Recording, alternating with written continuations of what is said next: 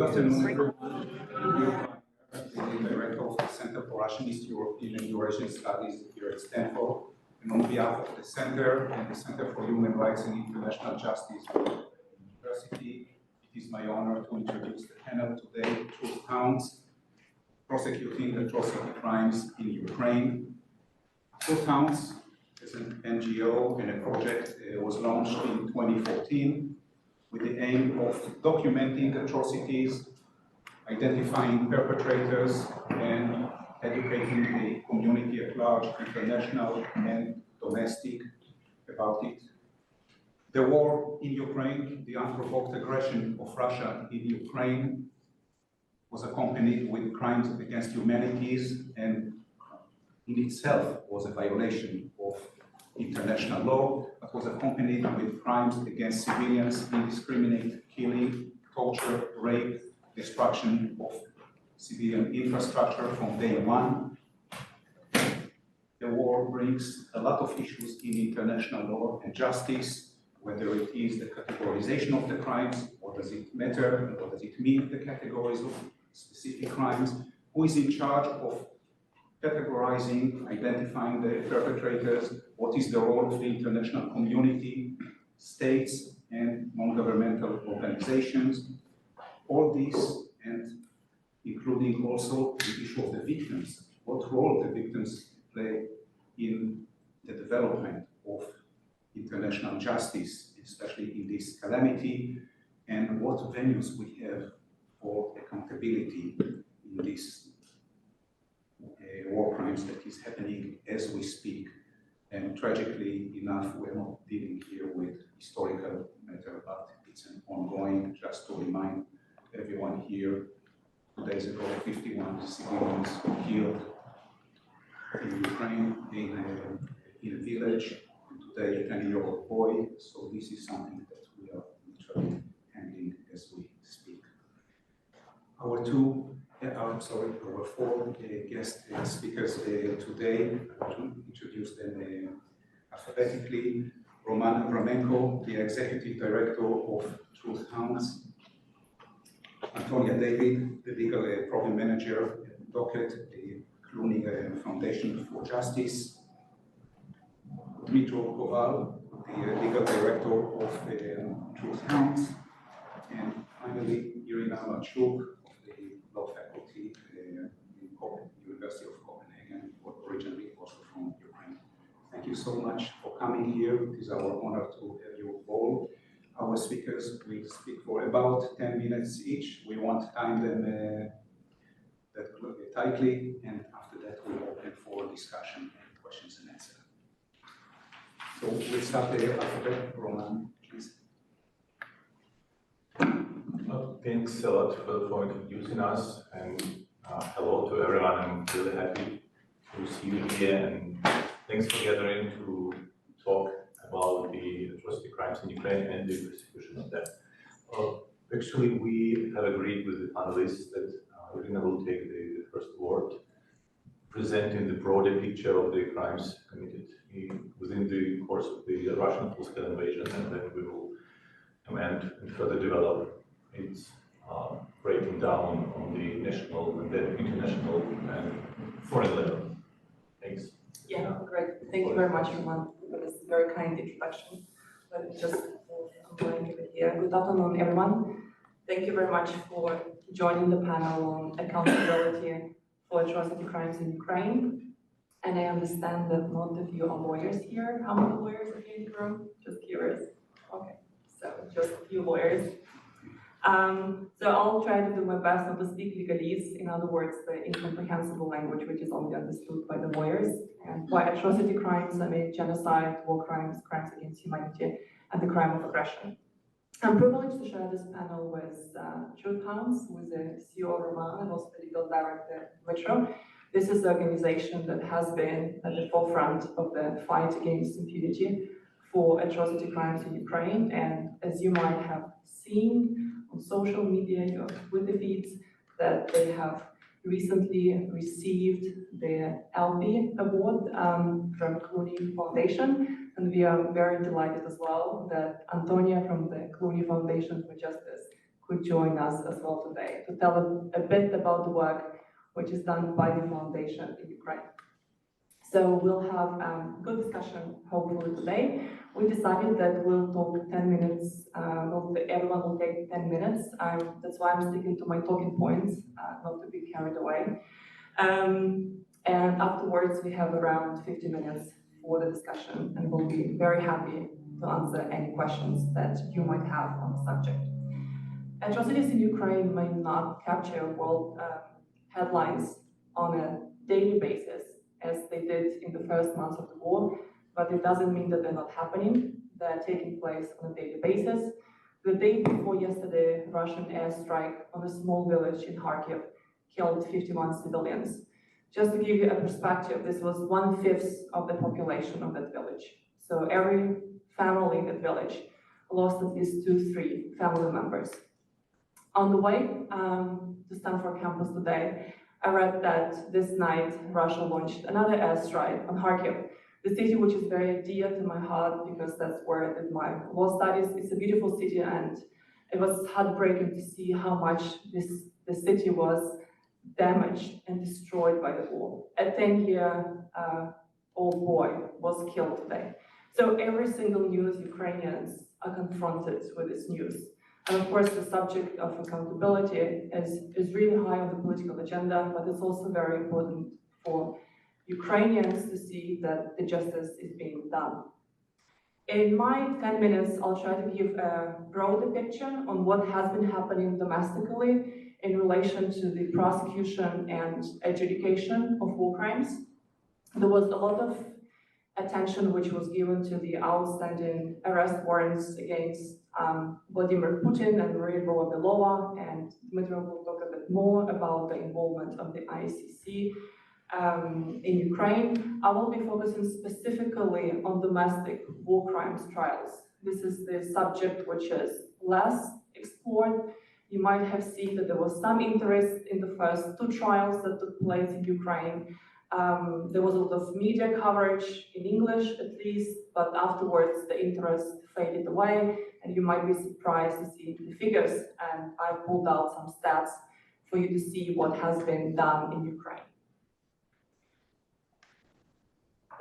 So let me just take you back a bit, because for many it seems that nothing has been done on accountability front prior to the 24th of February 2022, and that Ukrainian prosecutors and judges were totally unprepared to deal with war crimes.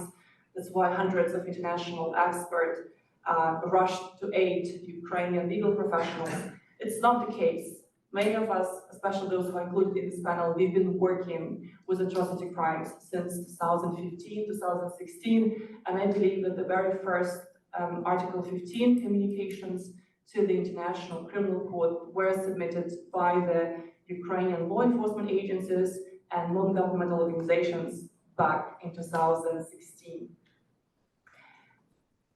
As well, when you look at the numbers, you see that 397 criminal proceedings were registered by the Office of the Prosecutor General, and this concerns the crimes that were committed in Crimea and also Donbass, but only 3 war crimes verdicts were delivered by Ukrainian courts. And the question might be, why there is such a great discrepancy? You have 400 criminal proceedings, which means there is some evidence that atrocity crimes were committed.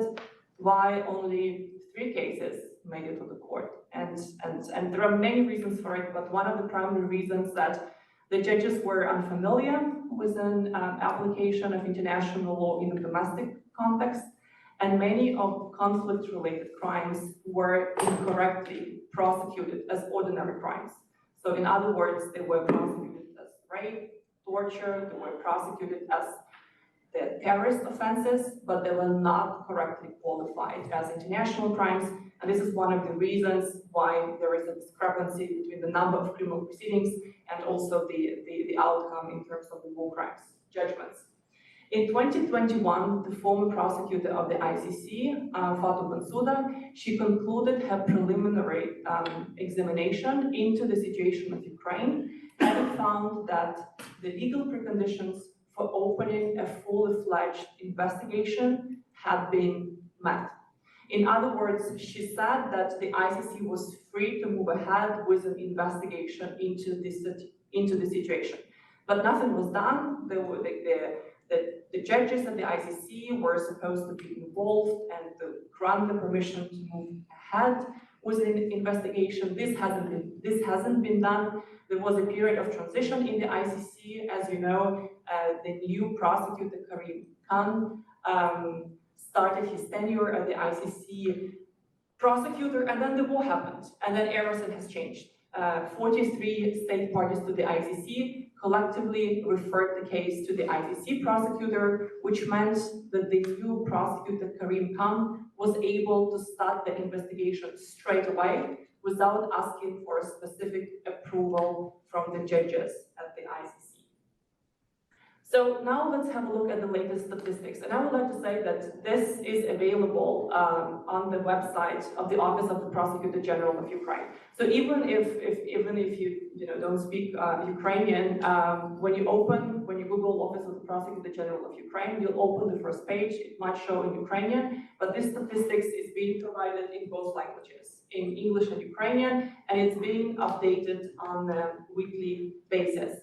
The numbers are shocking. So just think of 400 criminal proceedings that were registered between 2014 and 2022. Look at the numbers right now. We have over 100,000 criminal proceedings that have been registered in relation to war crimes alone. You have as well nearly 17,000 cases, criminal proceedings, which have been registered in relation to the crimes against national security. And more than 600 suspects were identified in relation to the crime of aggression. I don't think that any national authorities in the world dealt with the scale of the crimes that we are talking about in Ukraine.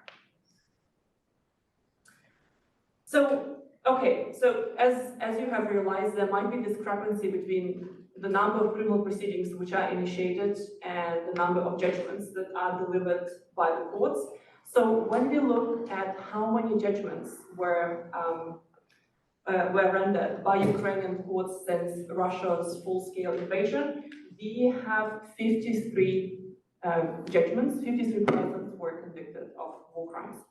These are not the latest numbers. It's actually very hard to get hold of the exact number. These are the numbers that were released by the Office of the Prosecutor General in July this year.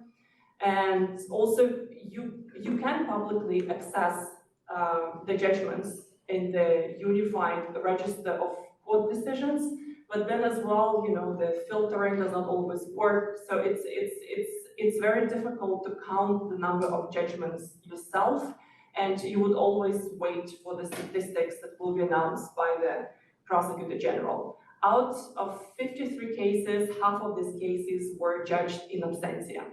And it might be understandable for lawyers what in absentia means, but it means that the defendants were not present there.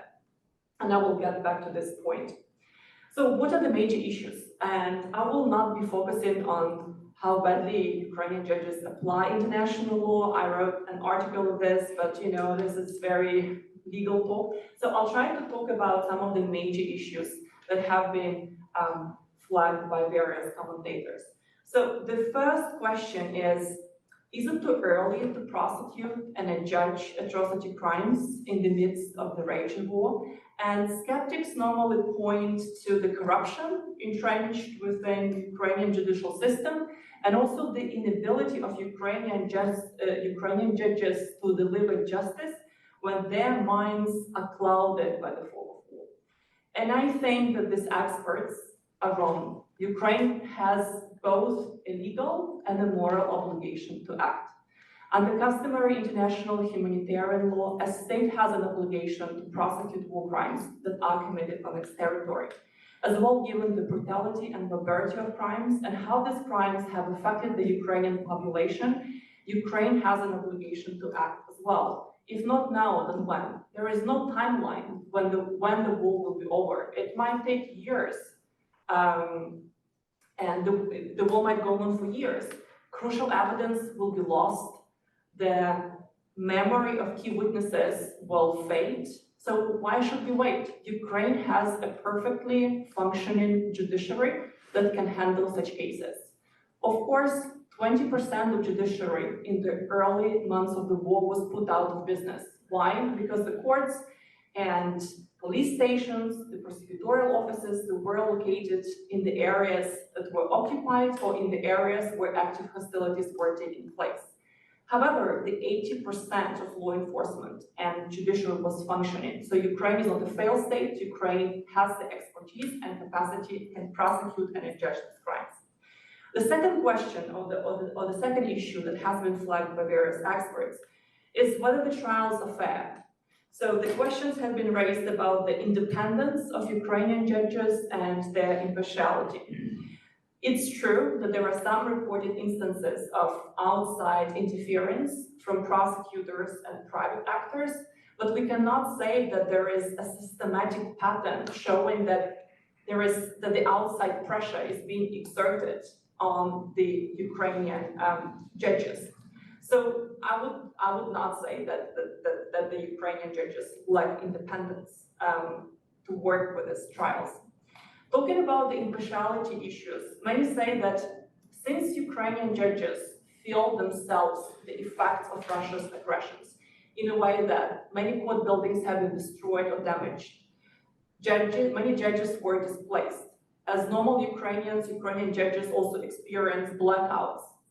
I'm sure that many of the judges lost their family members and their friends in the war. So the question is that, can they be impartial when they sit on the war crimes cases? And I think that the fact that the judges sit in judgment in cases involving nationals of aggressive state does not translate automatically into bias.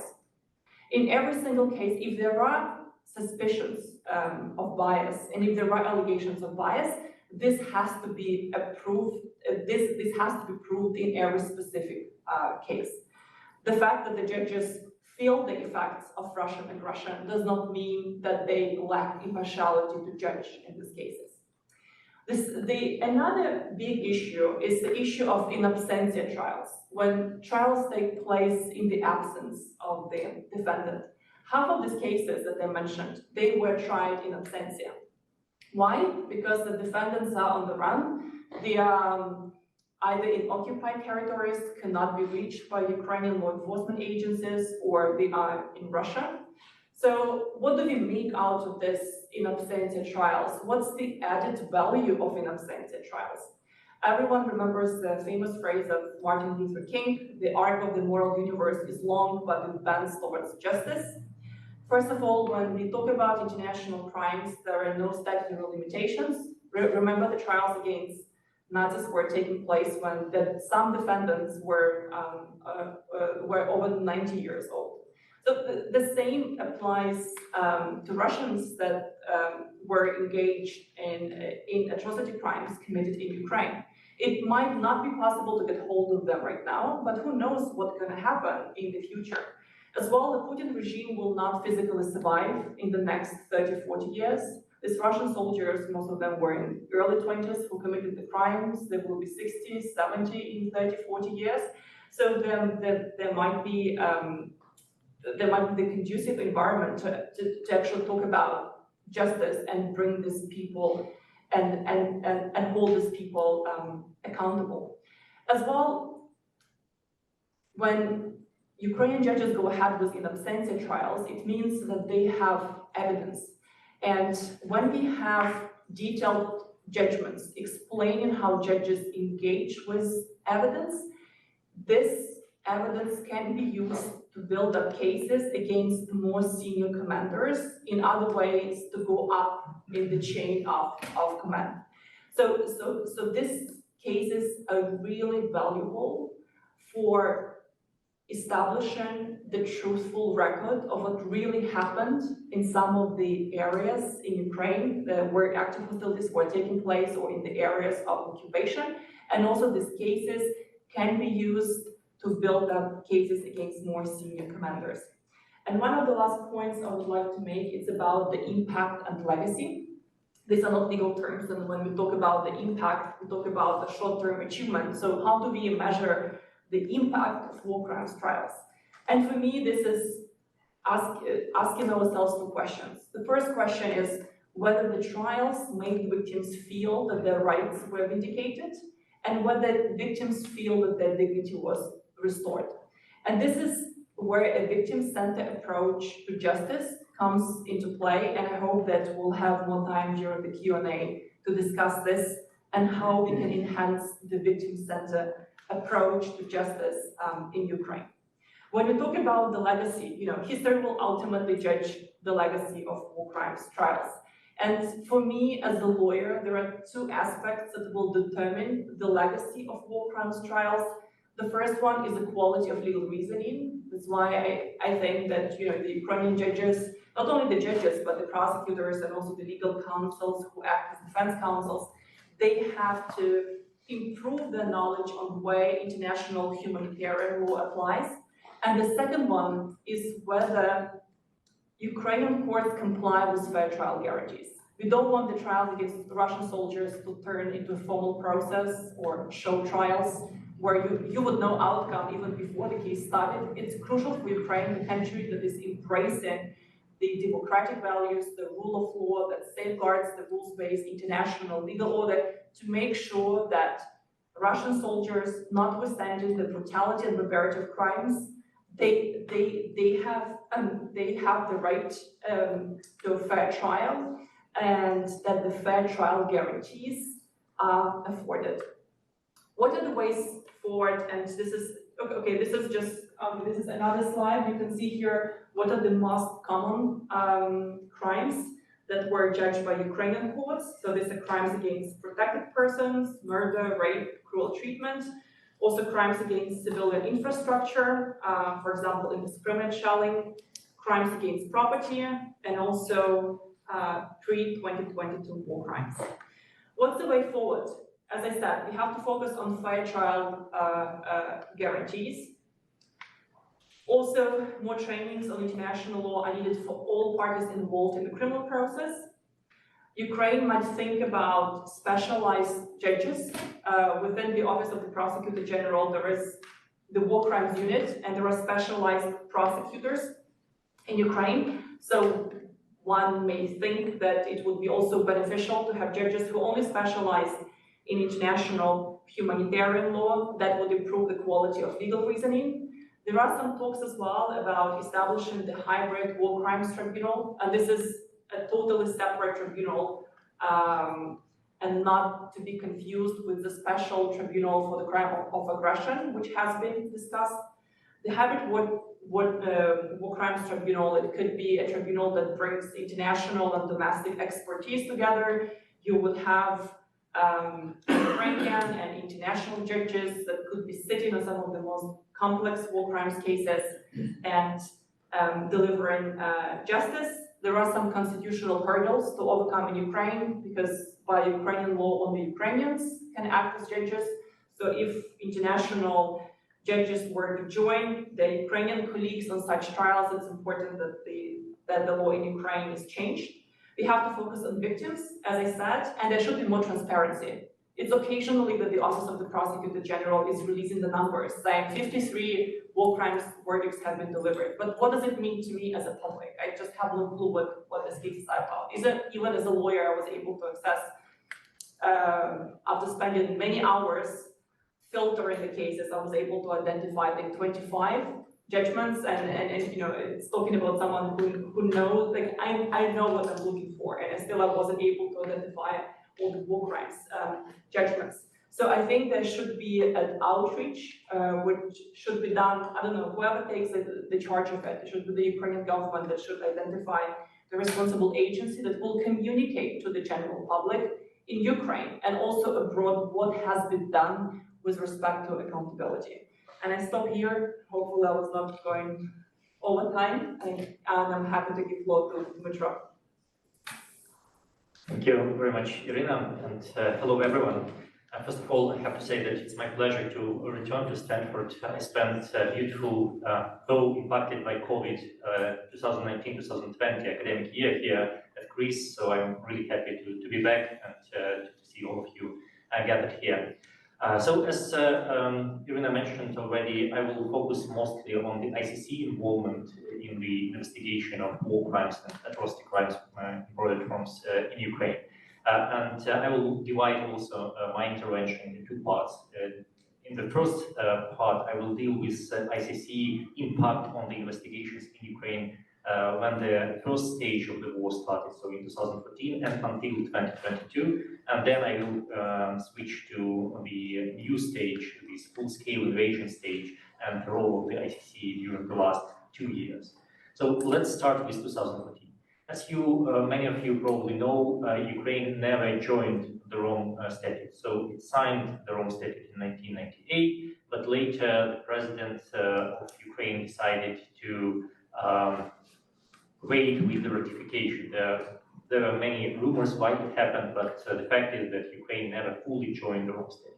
And later, there was the decision of Ukrainian Constitutional Court that prevented any efforts of Ukrainian government to ratify the Rome Statute without changing the constitution. The changes to the constitution were adopted in 2019, if I'm not mistaken, or 18, that enabled Ukraine to ratify the Rome Statute, but it still hasn't happened. So again, there are many political but mostly emotional reasons why it's so. Anyhow, in 2014 and later in 2015, Ukraine submitted 2 declarations recognizing the jurisdiction of the International Criminal Court, which enabled the International Criminal Court to study the situation, examine the situation in Ukraine. And that basically allowed the ICC to look into war crimes and other international crimes that were allegedly committed in Crimea, but also in Donetsk and Lugansk regions, so the eastern part of Ukraine. Those preliminary examinations never led to the opening or even the request to the pretrial chamber to allow open the full-scale, full-fledged investigation, but rather they ended with this formal declaration from former ICC prosecutor Patu Suda that there are grounds to open this type of investigation. And one of the reasons for that would be that Ukraine indeed never joined the Rome Statute fully. So that means that Ukraine didn't contribute to the budget of the International Criminal Court. Ukraine didn't play a role in decision making, in setting the priorities for the ICC, and that meant definitely that the ICC decided to concentrate, to focus on other situations around the world, not the Ukrainian one. But since 2022, it became almost impossible for the ICC to keep ignoring the Ukrainian war. And since these 42 countries requested the investigation of the ICC, the prosecutor of the International Criminal Court, Karim Khan, at that time, decided that it's right about time to open the full-fledged investigation and start looking into the situation in Ukraine. Even during this first period, from 2014 to 2022, ICC still had an impact on the investigations in Ukraine.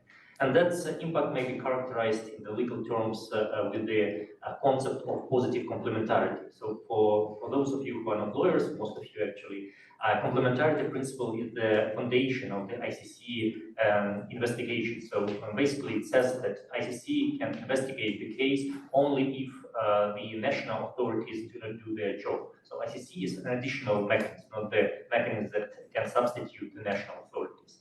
And positive complementarity stands for the stimulation that comes from the International Criminal Court to the domestic level, and basically these messages from the ICC, of the stimulus from the ICC influence the way the international authorities investigate crimes. So it may be imagined, illustrated with the Ukrainian example, because indeed, despite the ICC never opened full-fledged investigation into the situation in Ukraine, it still communicated on the monthly basis, I would say, with different Ukrainian authorities, first of all, Office of the Prosecutor General. And in this communication, the ICC stimulated Ukrainian authorities to look at the atrocity crimes that were allegedly committed in Crimea and eastern Ukraine through the lens of international criminal law. So that's how this positive complementarity worked. It worked not only on the official level, but also on the level of non-governmental organization, because the sole fact of the ICC interest in Ukraine meant that donors, both governmental donors and donors from non-governmental or private sector, were starting to support the initiatives of non-governmental organizations to document atrocity crimes in Ukraine, and they basically fueled these efforts of civil society to apply the vocabulary of international criminal law to describe what's happening in Ukraine. That's more or less how Hounds became a thing, because indeed in 2014, after this first, after the occupation of Crimea and began, when the conflict in the eastern part began, there were messages from international community that there should be some groups or some non-governmental organizations that document atrocity crimes, that go to the fields, that speak to witnesses and survivors of the crimes. And that's what enabled Hounds to become first the group of enthusiasts, and then later NGO, registered NGO. So that's the period from 2014 to 2020. And now we are talking about the 2022 until now. When Karim Khan was speaking on the conference called United for Justice, which was held in March 2023 in Lviv, he said that ICC should finally do something with the case of Ukraine. And that message of his was met with a round of applause first, and second with the kind of laughter, because he recognized that ICC was not that active and not active enough in preventing crimes in Ukraine, but also in prosecuting those atrocity crimes. So that kind of set or showed the mindset of the prosecutor of the ICC, but also of his office, that some indictments at least should follow quite shortly. And that's how the ICC issued the first arrest warrant against Mr. Putin and Ms. Lyubova, the children ombudsman in Russia. Those indictments, those arrest warrants, they concerned only one crime, and that's the deportation of children from the occupied territories of Ukraine to the Russian Federation. Why this particular crime was selected? I would say that it's a low-hanging fruit. It was quite easy to prove that deportation happened, and it was quite easy to prove that there was a mens rea, in other words, subjective element or mental element of the crime, because there were statements, open statements of both Russian president and children ombudsman regarding the deportation. They endorsed those who were participating in deportation, and they enabled in many respects this deportation to happen. For instance, they adopted and signed, if you speak about Putin, signed the legislation that made it easier for the Russian parents to adopt Ukrainian children.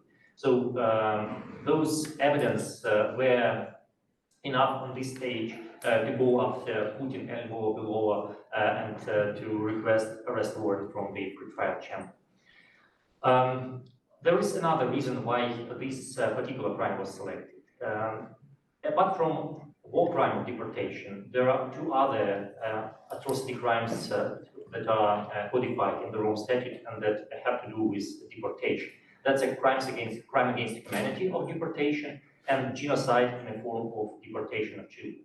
So my reading of this arrest warrant and this indictment would be that the Office of the Prosecutor of the International Criminal Court considered the possibility of going after Putin with another charge, and that might be the charge of crimes against humanity. That's an easier one because it requires only two additional contextual elements, which is widespread or systematic character of the deportation and the existence of state policy. Both of these elements are quite easy to prove. I mean, not usually, but in this particular scenario. But with crime of genocide, it's much harder because apart from showing the patterns, you have to prove that there was genocidal intent attached to the deportation. And that's something that usually, I mean, there are just a few crimes recognized genocide situation in the world, and they are quite different from the one that we had in Ukraine. And that leads many legal minds to say that Ukraine is no Rwanda, Ukraine is no Srebrenica and no Holocaust, and for that reason we don't think that the classification of the atrocities in Ukraine as genocide, even in this part of deportation of children, will fly. But there are also other commentators, including myself, who say that it's too early to call the situation as non-genocide, and there are some indications that the crime of genocide could have been committed, and it basically continues to be committed in Ukraine, especially when it comes to the deportation of children. So that's one of the crimes that International Criminal Court and the prosecutor deals with right now. But there are other situations into which the ICC is looking. First of all, before going into those situations or those types of crimes, I just want to give you a quick heads-ups on how the ICC strategizes what cases they want or do not want to select. So first of all, the ICC intervention should have some added value. It should not just repeat the actions or the classifications of the domestic courts. That means that it's no reason for the ICC to go after those perpetrators that domestic courts may reach. For instance, lower level or middle level perpetrators or commanders. But for the ICC, it makes sense to go after the top level perpetrators, either political leadership or military leadership, military commanders. So that's one of the filters that the ICC will be using when it comes to prosecuting of atrocity crimes. The other filter would be that ICC wants to investigate crimes that are quite symbolic and that were never investigated or prosecuted before, just to set the scene, just to prevent further atrocities, and just to show that international community would react on similar atrocities if they happen elsewhere in the world. For that reason, the ICC is particularly interested in environmental crimes, in crimes against cultural property, cultural heritage, crimes against children and people with disabilities, and similar types of offenses. So that's another, again, filter that would be used by the International Criminal Court when it studies its options in Ukraine. So from our communications with the ICC and the insights that we have right now, the ICC is indeed looking into environmental crimes, especially in the incident that happened on Kakhovka Dam. Probably many of you heard that Russia blew up the dam on the Dnipro River, and that followed caused significant damage not only to the economy of Ukraine but also to the environment. So the ICC might want to look whether this incident may be classified as a war crime against the environment. In more legal terms, indiscriminate attack that caused severe, long-term, and widespread consequences for the environment. That's one of the things that ICC is looking into. There are also indications that the ICC is looking into the attacks against energy infrastructure, and that's quite a peculiar case because what Russia is doing with energy infrastructure is actually parroting. They are trying to parrot the US behavior during the Balkan War. Even some of the official statements of the Russian Ministry of Foreign Affairs, for instance, they really parrot the statements of Secretary General of NATO during the Balkan War. And basically, Russia says that these attacks are trying to target the energy infrastructure from which military units and military plants and factories benefit from. So that's one of the explanations. The other explanation is that Russia tries to end this war quicker, and to that end, they try to destroy critical infrastructure, kind of submit or attack Ukraine into submission, if I may put it this way.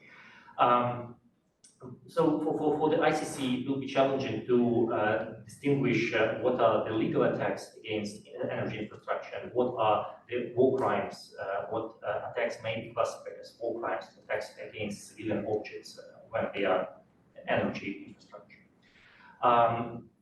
What else may be of interest for the ICC is the attack on cultural heritage. I mentioned that already, but there is a very specific incident they have in mind, and that's the attack against Odessa. Why it's so specific?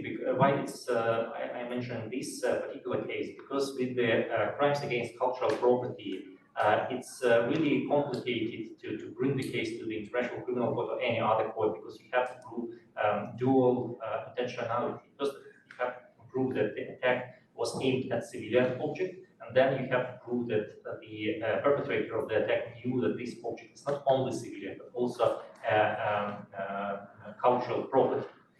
That's quite complicated usually because not each cultural property may be distinguished from other civilian objects. For instance, if we speak about museums, they look exactly the same, especially on the monitor of the operator of some missile launching system, if compared to any other civilian object. So usually it's really complicated to build the cultural property attack case.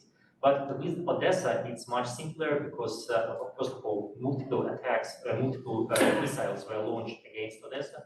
And second of all, just months before the attack against the city center of Odessa, Odessa was inscribed into the list, World Heritage list, which shows or which makes it impossible for the Russian soldiers, especially commanding officers, not to know that Odessa is cultural property and moreover recognized by the world cultural heritage. So that might be another situation that the ICC will be looking at.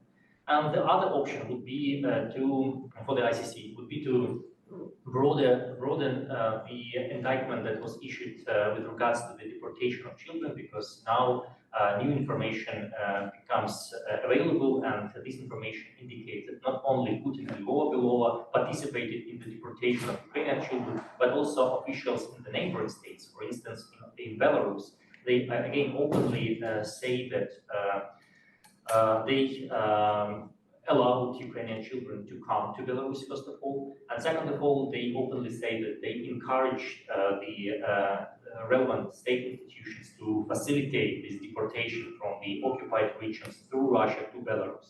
So one of the options for the ICC in Ukrainian case would be to go after some officials from Belarus as well.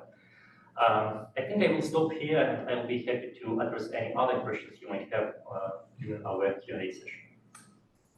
And probably Antonia, maybe you go ahead with the international or non-domestic accountability mechanisms as our trip back home starts tomorrow. I will be the one who will conclude and sum up and then give the floor to your questions. Hi everyone, thanks very much for being here, and thank you to True Hounds for inviting us to be on this panel. It's great to be here. So as we said, my name is Antonia. I'm the Senior Program Manager at the Docket, which is part of the Cody Foundation for Justice. And I work on a few different cases for the Docket, including our Ukraine project, which a huge part of is actually working with this True Hounds team and many others for the team that are back home working with the US. And my part of this panel is to talk a bit about the accountability avenues that might be possible in domestic courts outside of Ukraine, sort of under the principle of universal jurisdiction. Before I get into that, I want to give a little bit of context to what the Docket does. So even though we have a foundation in our name, we're not a traditional foundation.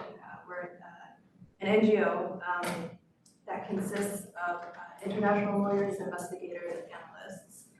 And we essentially work on behalf of victims and survivors of atrocity crimes to kind of support them in their pursuit of justice. Part of our projects focus on doing that through the Office of the Prosecutor at the International Criminal Court. And then a second set of our projects focused on doing that in national courts under universal jurisdiction. So there we work with victims, survivors, families of victims to put together criminal complaints or submissions to be filed with prosecution authorities or law enforcement, sort of on their behalf to be able to participate in court proceedings and sort of seek accountability and justice in those courts. So universal jurisdiction, for those who have not come across the term, is essentially the idea that certain crimes, atrocity crimes, so war crimes, crimes against humanity, genocide, sometimes aggression, that these crimes are so horrible that essentially any country can investigate and prosecute those crimes, even if the crimes didn't occur in that country. So normally, right, under traditional law principles, law enforcement and courts can only look at cases where the crimes sort of occurred in their country or sort of one of their nationals, one of their citizens committed those crimes. But essentially, for these sorts of crimes, as an international community, we have said these are atrocity crimes. They're crimes actually against the whole international community, so anyone can investigate and prosecute potentially these crimes.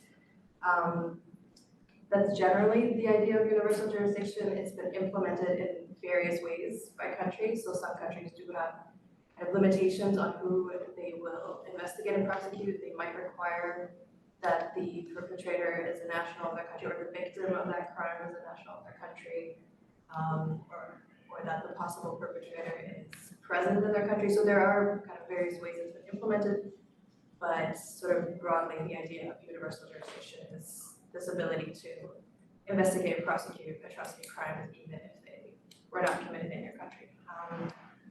So the principle has been around for decades. It was kind of developed more broadly after World War II. So it's nothing new.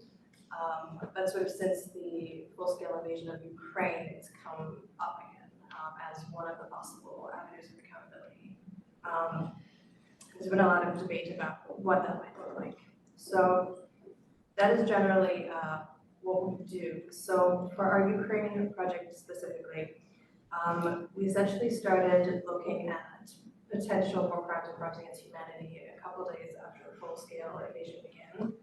And specifically looking at a range of crimes, which for us were missile attacks on civilians and civilian infrastructure, and then violations committed by Russian ground forces in areas that were under occupation for any amount of time. So those violations sort of involved everything from detention and torture, execution, to also sexual crimes. So the kinds of violations that were committed by ground forces.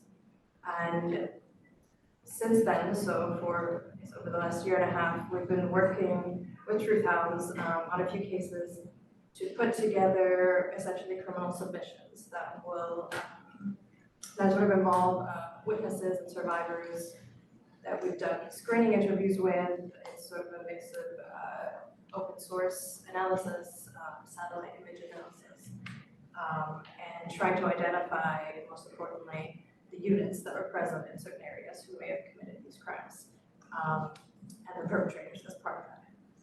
So our focus for Ukraine, and why I'm talking about all of this, has been sort of the universal jurisdiction side. So why did we choose to kind of put our efforts there? So there's two reasons this came up. And the first is that we sort of saw the potential of an accountability gap. So as we've already talked about a bit, is Ukraine national prosecutions, which will be the primary sort of prosecution methods for most of the crimes that are being documented and that will rise, do have some limitations because of the legislation that's in place in Ukraine. So the two big ones that we saw were sort of crimes against humanity is not currently part of the Ukrainian criminal code. It might be in the future, which would be fantastic. But there might be a possibility that the crimes that have already been committed won't be able to be prosecuted after any changes to the legislation. So crimes against humanity was the first one, and the second one, which is really important to us, is command responsibility. So command responsibility is a type of liability, criminal liability, that has also existed in international criminal law, sort of since its inception, and it's the idea that commanders or those who are responsible for their units can be held liable for any crimes that a soldier might be committing on the ground. So not just sort of the direct perpetrator, who might be the person sort of doing the execution or pushing the button to launch a missile, or committing sexual violence, but also their commander, who possibly knew or should have known that this might occur, or who, if they found out after the fact that the crimes occurred, didn't do anything to investigate and sort of hold their soldiers responsible. So this concept is sort of enshrined in international criminal law. It was part of sort of the previous tribunals, the Tribunal for former Yugoslavia, Rwanda, it's in the Rome Statute, and also in many national legislation. So these two principles, especially crimes against humanity and command responsibility,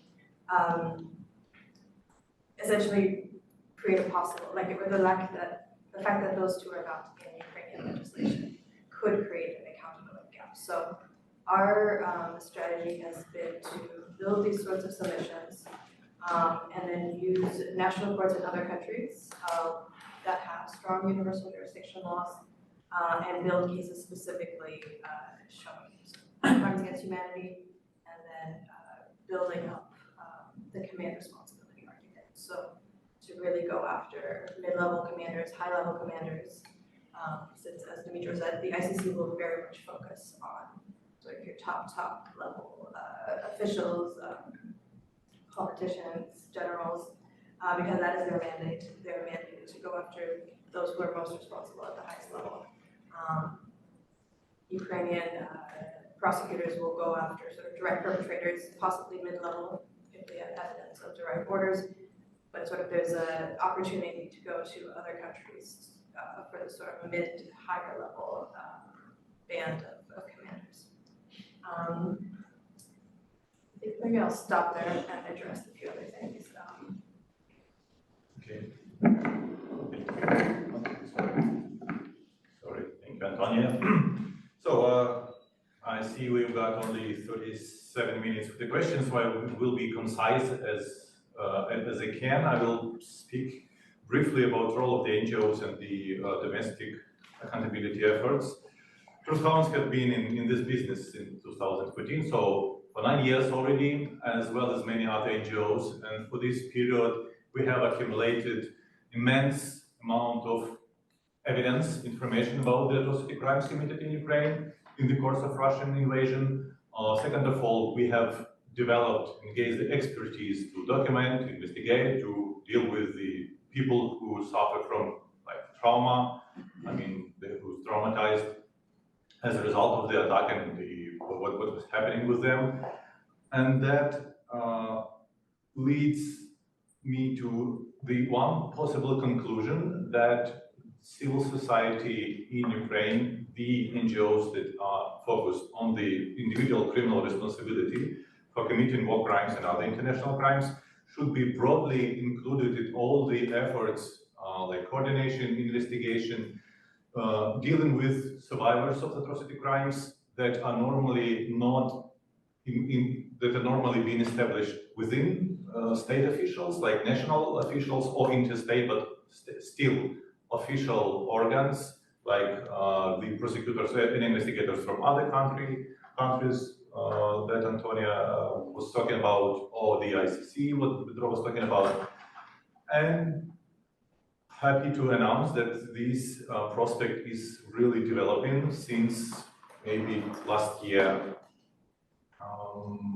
First of all, there is lack of coordination still in Ukraine, because many groups have been sent to Ukraine, some forensic experts, some investigators, some just bright people, bright lawyers coming to Ukraine, sitting in Kyiv, trying to engage and coordinate and help something.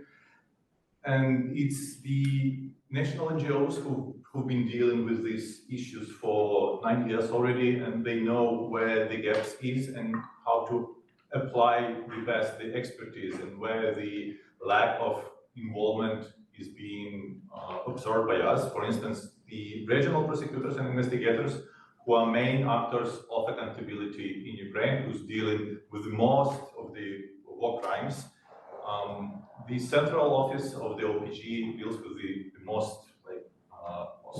cruel, awful crimes like Bucha, Irpin.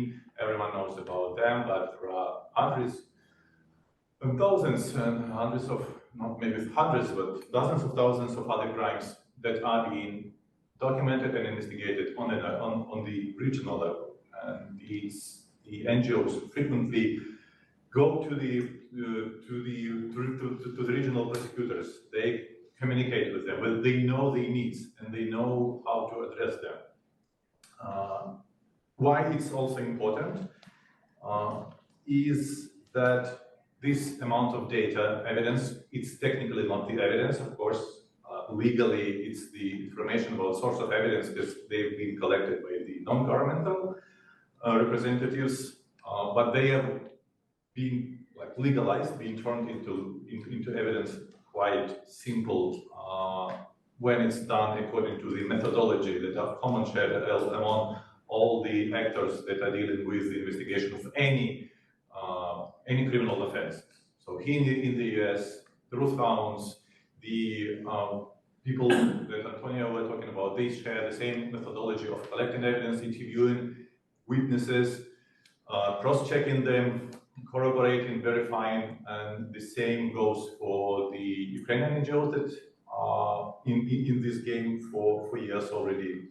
And also the survivor-centered approach that Irina has addressed, and others, NGOs much more good at it, as we more empathic, and we've been trained many times with different groups how to address trauma, how not to additionally traumatize people, how to extract the information from the memory about the worst experience in their lives. They would have to ask about the seconds that they lived through that were the worst in their entire lives, and still not to do harm to them and try to pull them out of the trauma.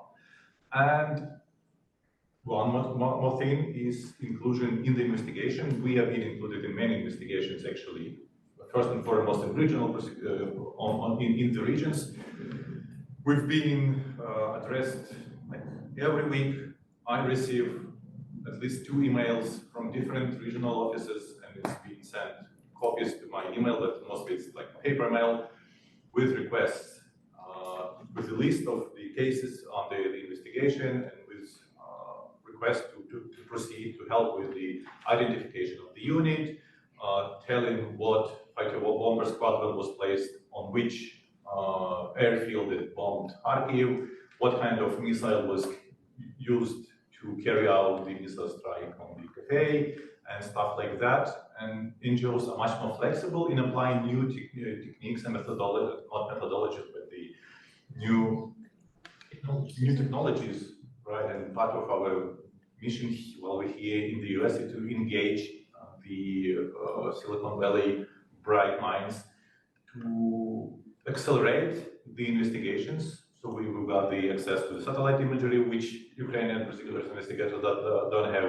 We've got the access to the face recognition software or voice recognition. We can do that, and we can apply and introduce it more quickly than the officials are. They still would need for the special order to be issued, a special procedure to be developed, and only then they can start using it. While we are free to go anywhere and we can engage any resources, and then we can propose a product that can deeply and greatly contribute into the justice.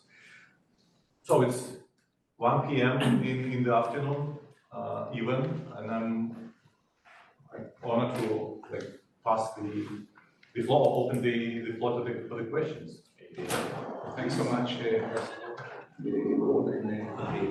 Let's open and please be concise. Sure, I'm Alan Weiner from the Stanford Law School, and this is a very technical question for Irina. Of the 109,000 cases that have been initiated by the Prosecutor General, are those all formally charged as war crimes cases under war crime statutes? Yes. And do you have a sense of what the makeup of, I mean, you described the challenges in reviewing this, but do you have a sense of what the nature of the charges is question one, and question two is like, what is the standard the prosecutor general has to meet to initiate a case? So this 100,000 cases that were initiated under Article 438 of the Criminal Code of Ukraine, and this is a very badly formulated provision in the Criminal Code. It basically says violations of the laws and customs of war. It doesn't mean that in every single criminal proceeding that was initiated that perpetrators were identified. So they are initiated either because there is an information that we have a perpetrator, or there is a fact that the crime was committed. For example, the building was destroyed, but we don't know who the perpetrators are. But this would be sufficient in itself to open criminal proceedings. So the standards just for opening criminal proceedings is very low. We just need the evidence which indicates that war crimes might have been committed. In order for this case to move further on, first of all, you have to identify perpetrators.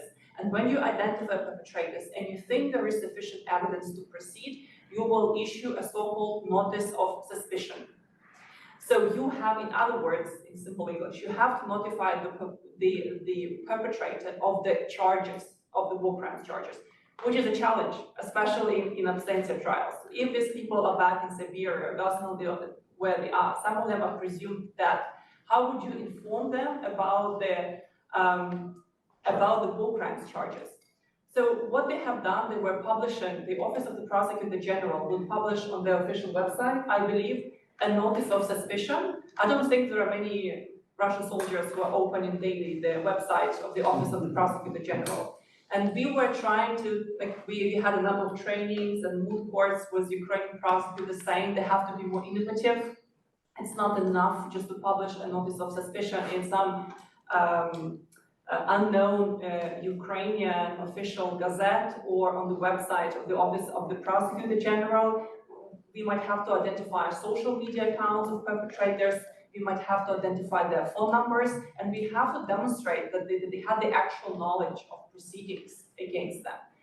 Afterwards, after the notice of suspicion is served, and prosecutors believe that the person is informed of the war crimes charges, and I'm talking about the in absentia trials, and there is enough evidence to proceed, the prosecutors would file an indictment to the court. So that would require a higher standard of proof. And once the indictment reaches Ukrainian courts, then it's in the hands of Ukrainian judiciary. So out of 100,000 criminal proceedings, I think there were 350 notices of suspicion that were served, and more than 200 indictments, if I'm not mistaken, made it to Ukrainian courts. So we still have a huge discrepancy between a number of criminal proceedings and the actual cases that make it to the court. Yeah, I'm happy to discuss it later with you as well. Yeah, but I hope it makes sense. That's great. Yeah. I'm Volodymyr Kubik, visiting professor here at Stanford. So my question is maybe to Irina and Roman. You mentioned the problem with lack of experience of Ukrainian judges with regard to international crimes. And as a Ukrainian citizen, I have this widespread public perception that Ukrainian judges and prosecutors are not necessarily independent and not necessarily kind of highly professional. So they might be more willing to look up to the executive rather than to look into the detail of the court. So is this perception simply wrong? Or in these cases, with regard to these crimes, they deal differently? And so what's your experience? Volodymyr, thank you for your question. I will address the answer pass to Dmytro shortly, because he's been dealing with the judges and he saw hundreds of them already, and they had the comprehensive talks during the bus tours from Kyiv to Poland to help the training sessions and back, and also he had encountered with them a lot. But before doing this, I'd like to bring an example about the biasness of the judges. Sometimes it works even in the opposite way. For instance, before big war, many judges that were delivering justice along the front line, along the former contact line in Donetsk and Luhansk region, they tend to issue softer, softer sentences because they had relatives on the occupied part of Ukraine.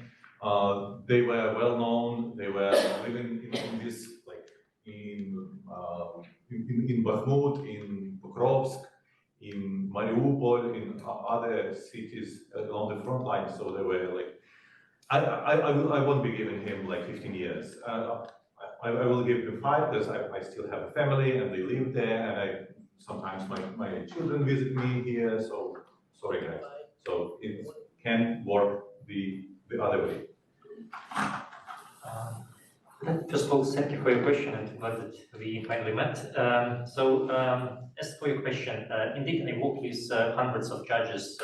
I started doing trainings for judges on war crimes even before the full-scale invasion, and but it was just a small portion of judges that were interested in this type of trainings. Seeing the full-scale invasion, it became fashionable for not only prosecutors but also for justice to educate themselves in the field of international humanitarian and criminal law. And indeed, I worked probably with 280 judges by now.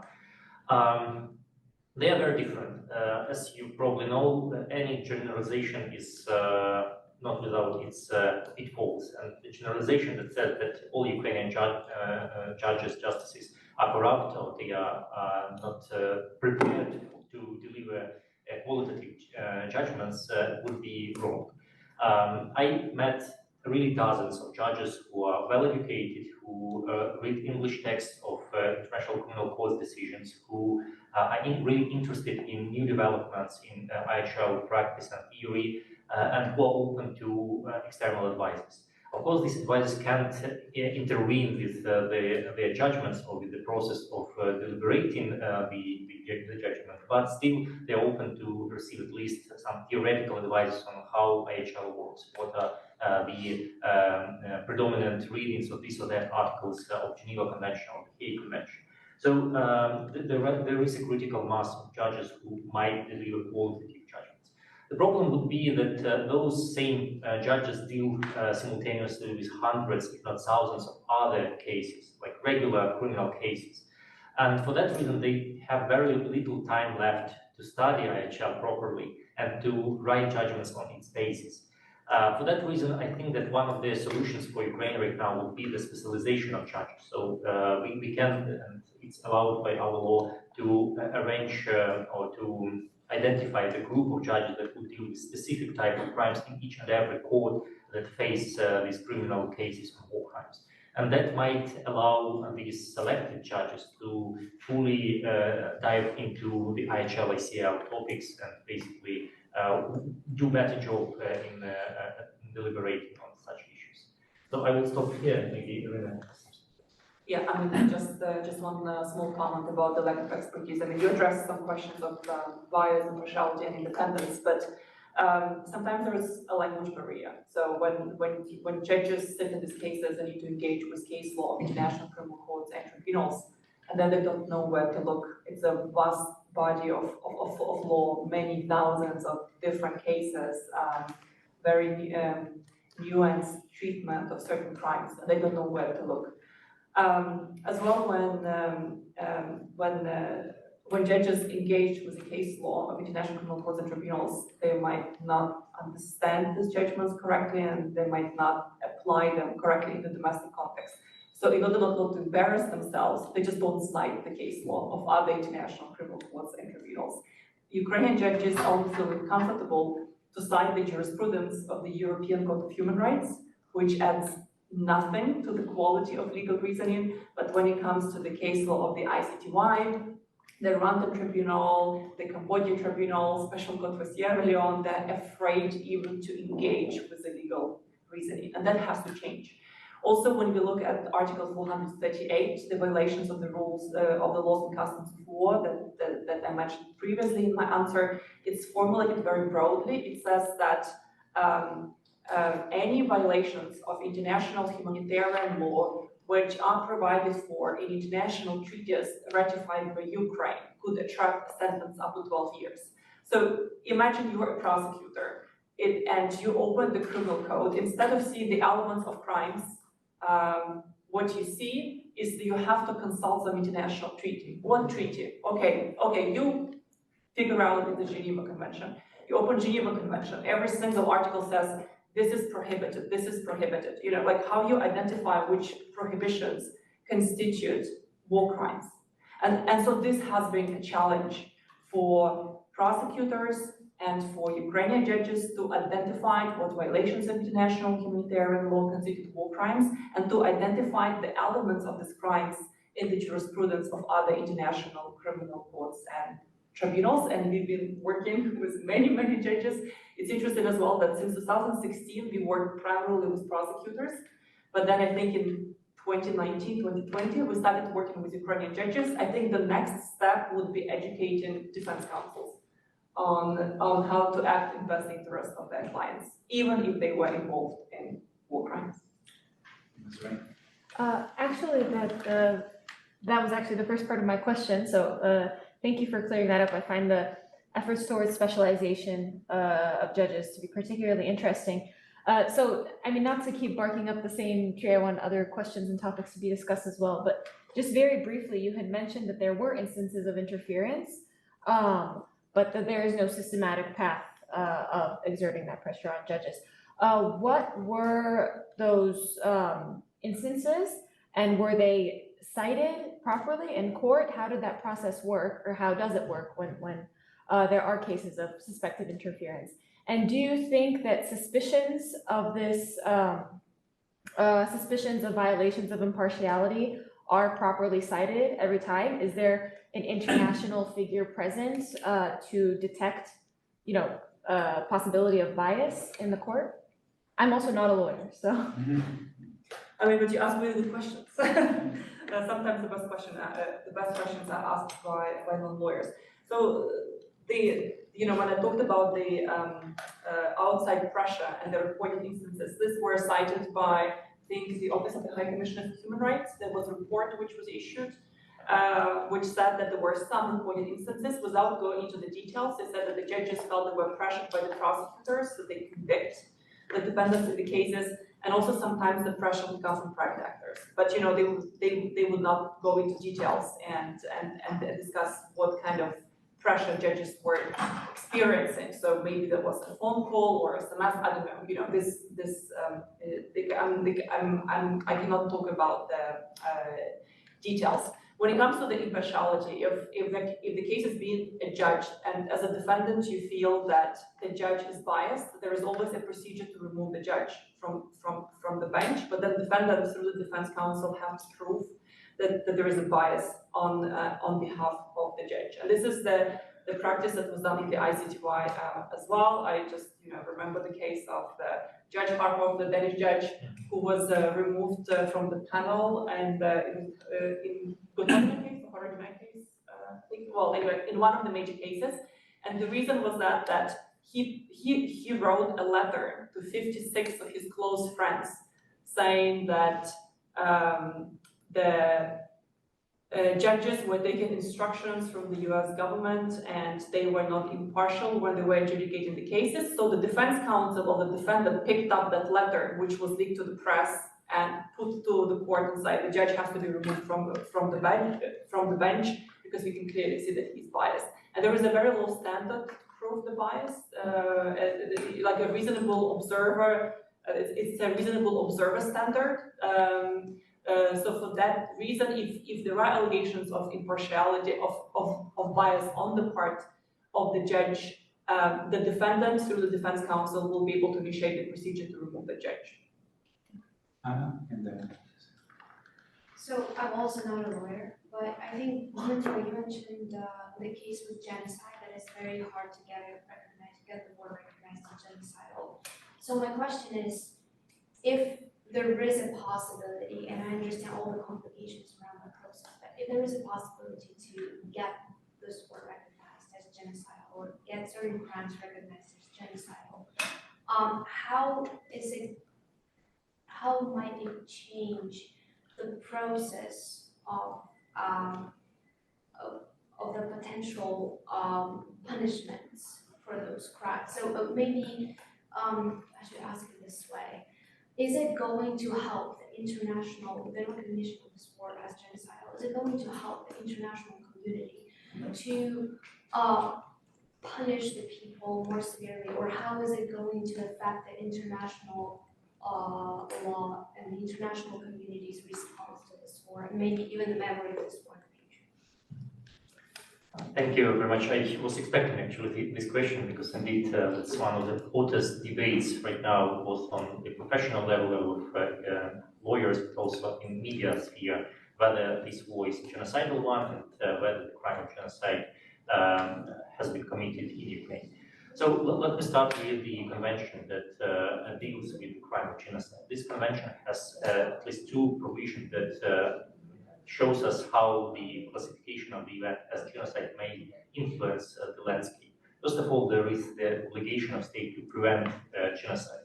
And this prevention may happen in many different forms, from political declarations to opening the criminal investigations into the alleged crime of genocide. So if there is a crime of genocide, or at least there are reasons to believe that the crime of genocide has been committed, there is an obligation on the state's side to engage in meaningful acts to prevent this crime. And then there is obligation to punish for the crime of genocide, and this accountability may be triggered on the basis of universal jurisdiction as well as on the basis of territorial jurisdiction. So not only Ukraine will be responsible for prosecuting crime of genocide, but also other states, including, if you look at the list of state parties to the Genocide Convention, it's almost all the states in the world. That means that indeed the large portion of the world states would have this responsibility to prosecute crime of genocide. So that's how, legally speaking, the classification as genocide may change the landscape.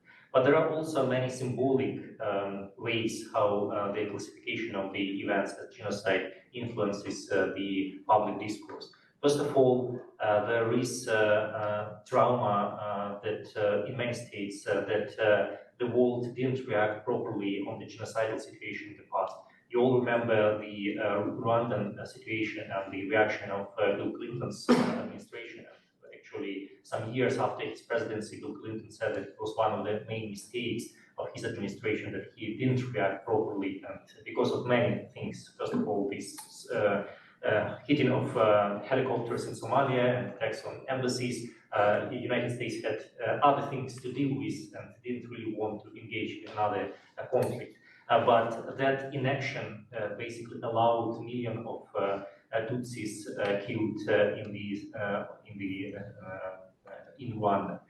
So many states would consider harsher measures in response to alleged crime of genocide if there is evidence that this crime has been committed. Also, genocide is in a way umbrella crime. So it consists of a variety of different actions, different crimes, if you wish, that are being committed, and they generally, so their totality can be characterized by special intent that is genocidal intent. So if we use the genocide umbrella, we tell the bigger story, or we see the bigger picture of the atrocities in Ukraine. And this bigger picture has to do not only with the current situation, current atrocities, but also with the historical record, historical path to the atrocities that we are seeing now. So genocide is a way to tell the history of suppression and tell the history of colonialism, because what we are experiencing now in Ukraine is actually these neo-colonial intentions of Russia to rebuild its empire. So that's what the genocide rhetoric brings to the table. Could I take us, please, from the legal to the really practical, down-to-earth stuff? You've spoken about the documentation of these crimes.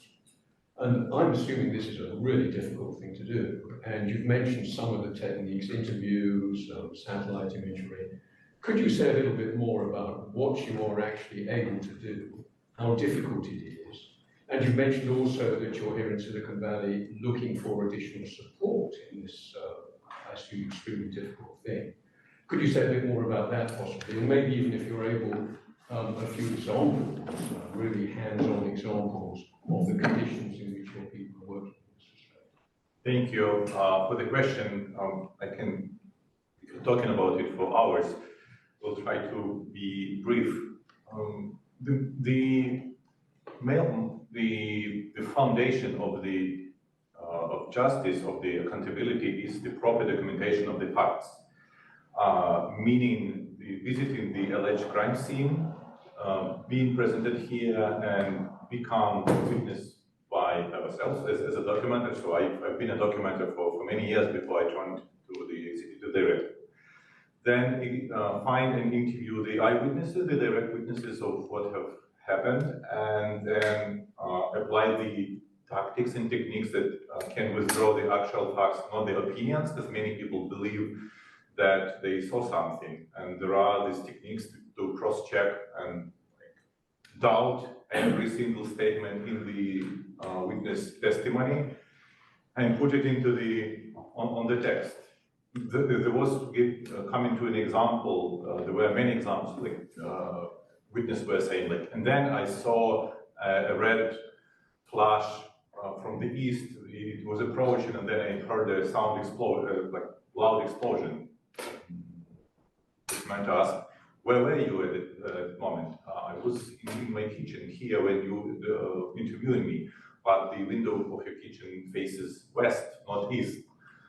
Ah, yeah, right. It was my neighbor. So she saw the flash, and they had so much talking and chatting about the incident that this person has implemented memory of other person in the memory, and they truly believed it was their original memory, and it's like really in many cases went like, and then the Ukrainians shelled our settlement. Where were you at the? Did you see it? No, I didn't see it. I was sheltering in the dungeon. Are you nuts? That asking me questions like this. So the documentation, and first and foremost the witness testimonies, the direct witness testimonies, being extracted very carefully with respect to the trauma, and also to cross-check the facts. Then taking photos and video while being in a place, and it's really a gap in the official documentation being done by Ukrainian officials, because they approach the investigation of international crimes is more like to the regular criminal offenses. I see a dead body, I see a crater, I see a remnants of the shell, so I assume it's a war crime of killing. But they investigate, investigate them as a murder, so they would send the body for the examination, they would send the remnants of the shell for the technical examination, they would call the intelligence asking who fired the shell in the day. However, they don't pay attention to the contextual facts. Maybe it was a huge column of military trucks staying on the street where this shell exploded. In that case, this death of civilian wouldn't be a war crime. And these kind of gaps are being filled by the NGOs in these regards.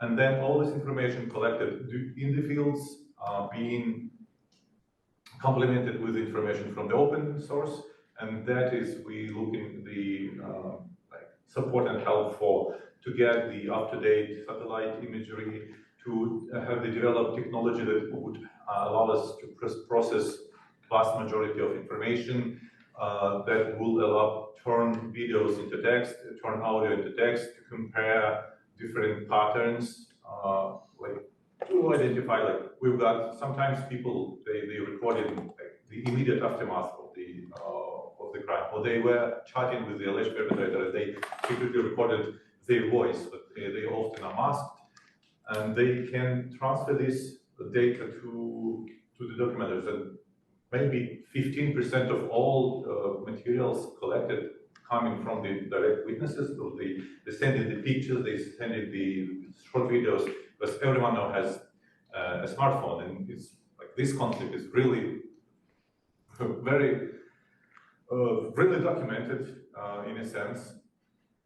And to process all this digital data, we need to use the AI, artificial intelligence, and other techniques that would help to extract information from different sources. And it comes to the documenting itself. We send groups of documenters, normally in some limited area geographically, and they work in pairs, and the pairs have been rotated, and they can interview several people about the same incident. They can collect information about one incident, but from different sources, and then to pull it together and to put it into the evidence analysis database. Our analyst, which is a team of 12 people, supervised by 4 supervisors, so they persistently work on reading thoroughly, all line by line, all the testimonies, other videos, photos, anything, trying to pull and identify for instance, the chamber where people were held. So it may be several people talking about the same chamber where people were tortured, but they are describing them in a different way, and it confuses. So we would like, we looking for this kind of solutions, and many others can be applied in this regards. Elena, and after. Yeah, I think that Roman already partly answered my question, but I was wondering that as it's pretty difficult to prove rape and other crimes against women in like a normal context. So how does investigation and documentation go in the context of war and occupation? Right. Basically, Ukrainian system, they don't. They put away from their practice this need for the body of the raped woman to be examined for the remnants. From the sexual crime till the occupation of the territory can pass many months. So they would build their cases on the testimonies, and it's really important thing to be addressed, because they're not still really good at the addressing people with this kind of trauma. It's really severe trauma, and they tend to bring psychologists with them. We partnering, and we just starting a new project. We will establish the so-called green rooms, safe spaces for the victimized individuals, because normally investigators trying to go home to the person and take the testimony from home, and in many cases the violence took place in the same walls. They try to interview, and also people are watching, and these kind of crimes deeply stigmatized still in Ukrainian society, and especially for people living in the small villages. They can bring much more trauma than help in terms of restoring justice and putting those responsible. And with the Warsaw, at least naming them.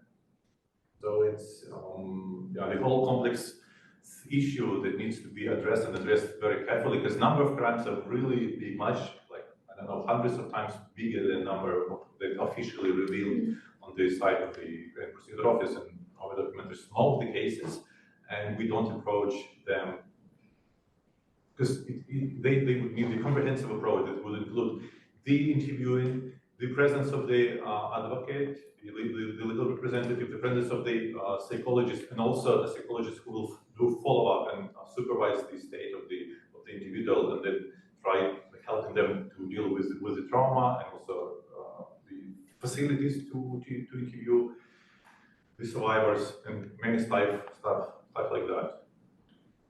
Final question, ma'am?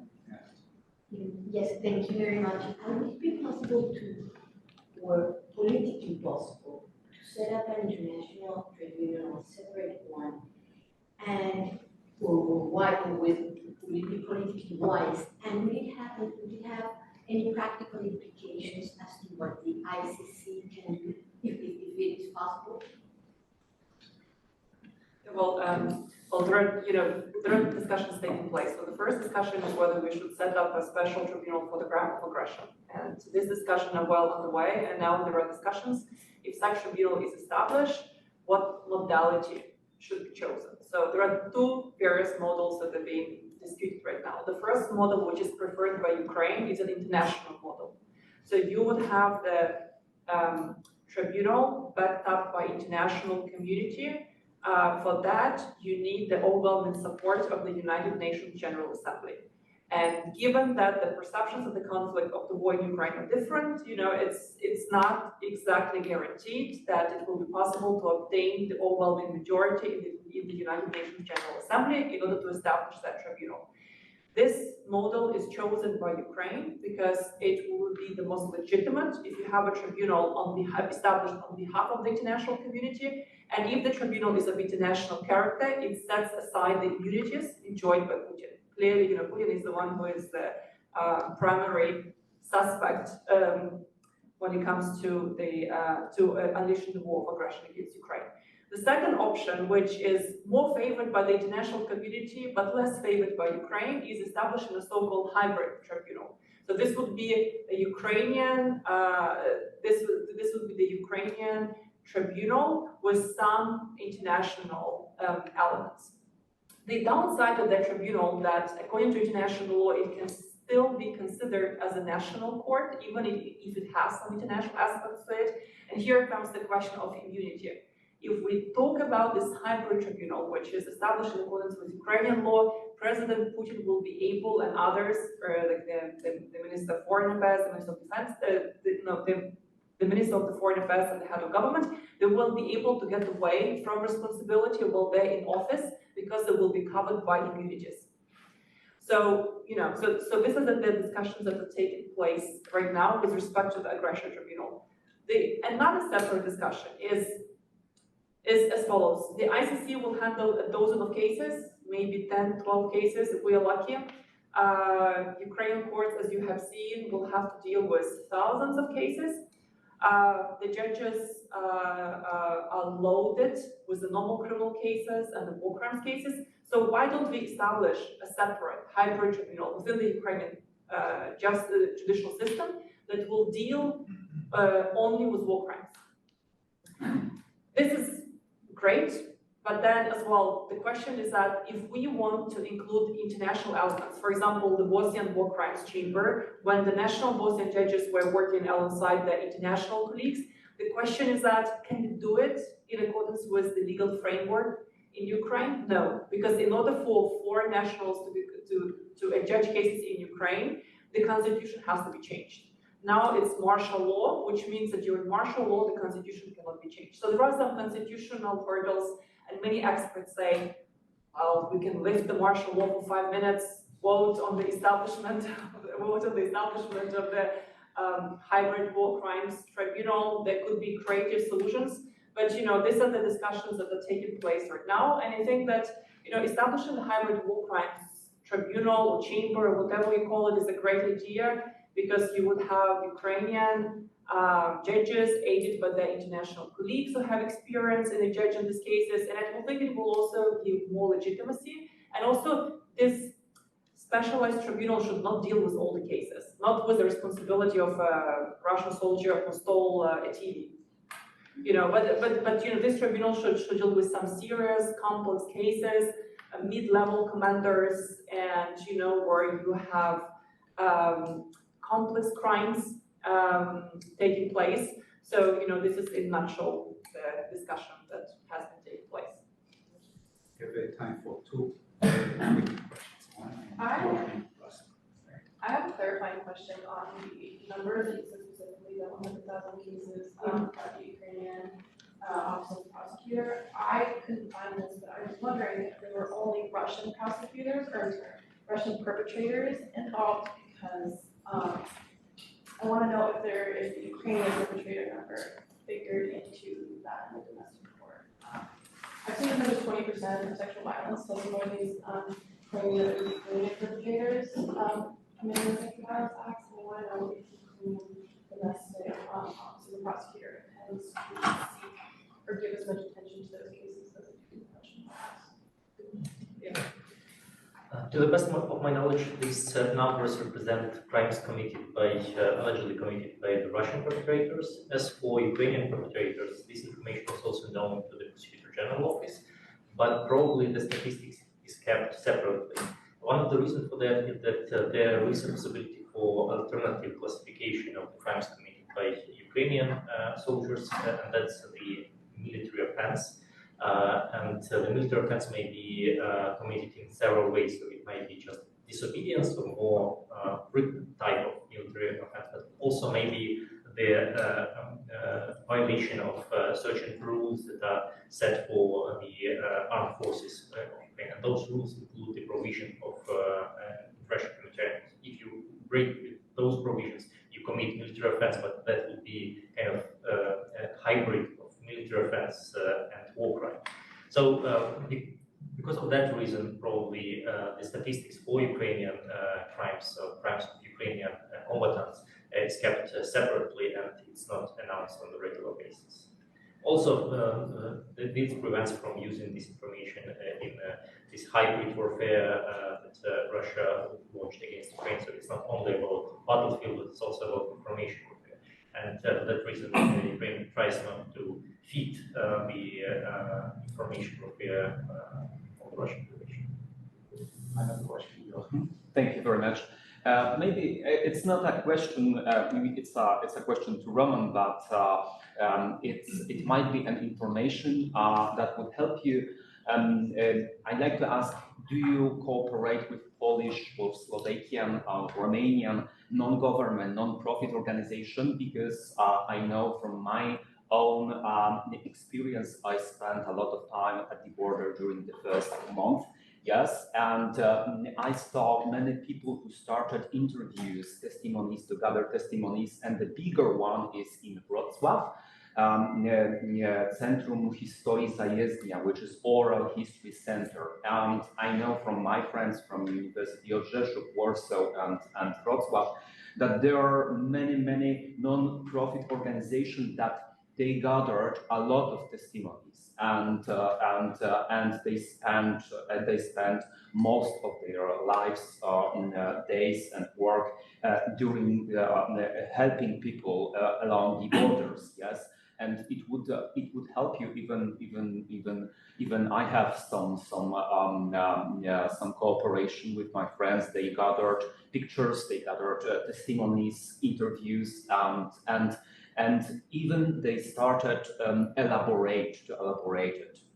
Thank you. Yeah, this might be helpful, especially if the methodology of collecting the testimonies to the standards, because we work to the standards, with the very high standards of the admissibility, the beyond the reasonable doubt, and it's always the bottleneck for the materials collected by our colleagues or other NGOs that don't comply with these kind of standards, but we would like to be engaged. And normally we do have a lot of partners in other countries, in international NGOs, like the docket from the Foundation for Justice, Trial International, Civitas Maxima, FIDH in France, and in many other countries, CCCHR in Germany, and many others who are dealing with the international crime. So that would be good. And also with national authorities, who forms the genocide network, so-called, that special units being set in many countries to address the issue of international crimes. We also coordinate and cooperate with them in the same regards, and they really lack in the evidence because many refugees just refuse to provide any testimonies. They've been openly invited, and they will be interviewed with full respect, but very few people really really contacted the officials in the country of their current residence. Just before the conclusion, please, on your way out, help yourself with the leaflets and pins and the compasses with our merchandise. We tried hard, and we kept some of them till the last day of our stay in the US. Thank you. Sorry, waiting for the punch because I was about to mention. Sorry. Before we conclude, I'd like to thank our followers on Zoom in Ukraine who were very interested in this. And this event is recorded and will be posted on our website shortly after it's created. Thanks so much for coming here. Safe trip back home and continue your blessed work. Thank you so much.